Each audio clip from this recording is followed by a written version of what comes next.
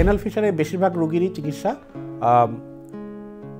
ঔষধ এবং খাদ্যাভ্যাস, জীবনযাত্রা পরিবর্তন।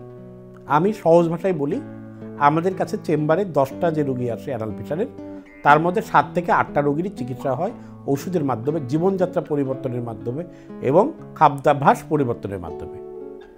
আর 2 থেকে 3টা, 10 জনের মধ্যে 2 থেকে 3টা রোগীর অপারেশন লাগে।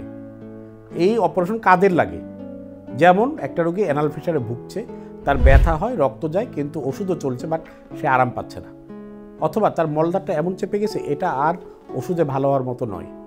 অথবা তার বাইরের দিকে চামড়া বেশ বড় হয়ে গেছে, অথবা ভিতরে যে মাংসপিণ্ডটা বেশ বড় হয়ে গেছে, কিংবা ওই যে ঘা যেটা, ওটা অনেক গভীর হয়ে গেছে, অথবা কোনো জটিলতা হয়ে গেছে যে ওখান থেকে পিস্টুলা হয়ে গেছে, বা বাধাগ্রস্ত মলত্যাগের দিকে গড়াচ্ছে, এমন চাপা যে বাথরুম বের হয় না, তখন সে আঙুল দিয়ে বের করার চেষ্টা করে।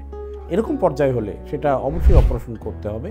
আর আমি সহজ ভাষায় মানুষকে বলি যে একটা জিনিস যখন অপারেশন লাগবে, তখন ওটা নিয়ে আর টানাহেঁচড়া করতে হয় না। তাতে হয় কি, শুধু জটিলতাই বাড়ে। অনেকে চায় যে বিনা অপারেশনে জীবন পার করা। এখন দেখেন, আমরা সার্জনরা সব অপারেশন যদি বন্ধ করে দিতাম, তাহলে কি মানুষ বেশি অসুস্থ থাকতো না সুস্থ থাকতো? এটা ভাবার বিষয়। কত মানুষ বিনা অপারেশনে মারা যেত, ভাবতে হবে। অপারেশন তো শৌখিনতার কোনো বিষয় না।